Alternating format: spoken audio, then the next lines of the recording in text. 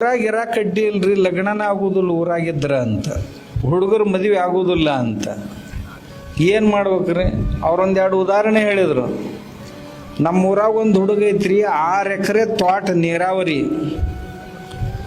ದಿನ 10-12 ಆಳ ಹೊಲ್ದ ತೋಟದಾಗ ಕೆಲಸಕ್ಕಿರ್ತಾವ. ಅವ ಬೆಂಗಳೂರಿಗೆ ಹೋಗ್ಯಾನ, ಅಲ್ಲಿ ವಾಚ್ಮನ್ ಆಗ್ಯಾನ, ಡಿಗ್ರಿ ಕಂಪ್ಲೀಟ್ ಮಾಡ್ಯಾನ, ವಾಚ್ಮನ್ ಆಗಿ ಕೆಲಸ ಮಾಡ್ತಾನ ಹುಡುಗ. ಊರಾಗ ಕೇಳನ ಬೆಂಗಳೂರಾಗ ಅದೀನಂತ ಇಟ್ಟ ಹೇಳ್ತಾನವ. ಏನು ಮಾಡ್ತೀನಿ ಅಂತ ಹೇಳಂಗಿಲ್ಲ. ಬೆಂಗಳೂರಾಗ ಹೋಗ್ಯಾನ ಅಂದ ಕೂಡಲೇ ವರ್ಷದಾಗ ಲಗ್ನ ಆತವ.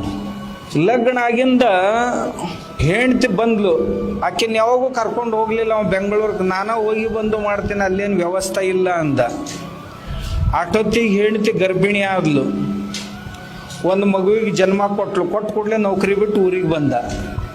ಹೇಳಿದ, ನಾ ಅಲ್ಲಿ ವಾಚ್ಮನ್ ಆಗಿದ್ದೆ, ನೀನು ಕರ್ಕೊಂಡು ಹೋಗೋ ಸ್ಥಿತಿಯಾಗಿದ್ದಿದ್ದಿಲ್ಲ, ಮತ್ತು ನಾ ಹಿಂಗದೀನಂದ್ರೆ ನೀನು ಇರ್ತಿದ್ದಿಲ್ಲ, ಈಗ ಮಗುನ ಆಗೈತೆ ಅಂದಾಗ ನೀ ಬಿಟ್ಟು ಹೋಗೋದಿಲ್ಲ ಅನ್ನೋದು ಖಾತ್ರಿ ಆಗೈತೆ ನನಗೆ, ಅದಕ್ಕೆ ನಾ ಬಿಟ್ಟು ಬಂದೀನಿ ಅಂತ. ಅತ್ಯಂತ ಶೋಕಾಂತಿಕೆ ಇದು ನಮ್ಮ ರೈತರಿಗೆ. ಯಾರ ಮನೆಯೊಳಗೆ 20 ಮಂದಿಗೆ ಕೆಲಸ ಕೊಡೋ ಸಾಮರ್ಥ್ಯ ಐತಿ, ಅವ ಹೋಗಿ ಬೆಂಗಳೂರಾಗ ವಾಚ್ಮನ್ ಆಗಿರ್ಬೇಕಾಕತಿ, ಹೆಣ್ಣು ಕೊಡೋಲ್ರಂತ ತಿಳ್ಕೊಂಡು.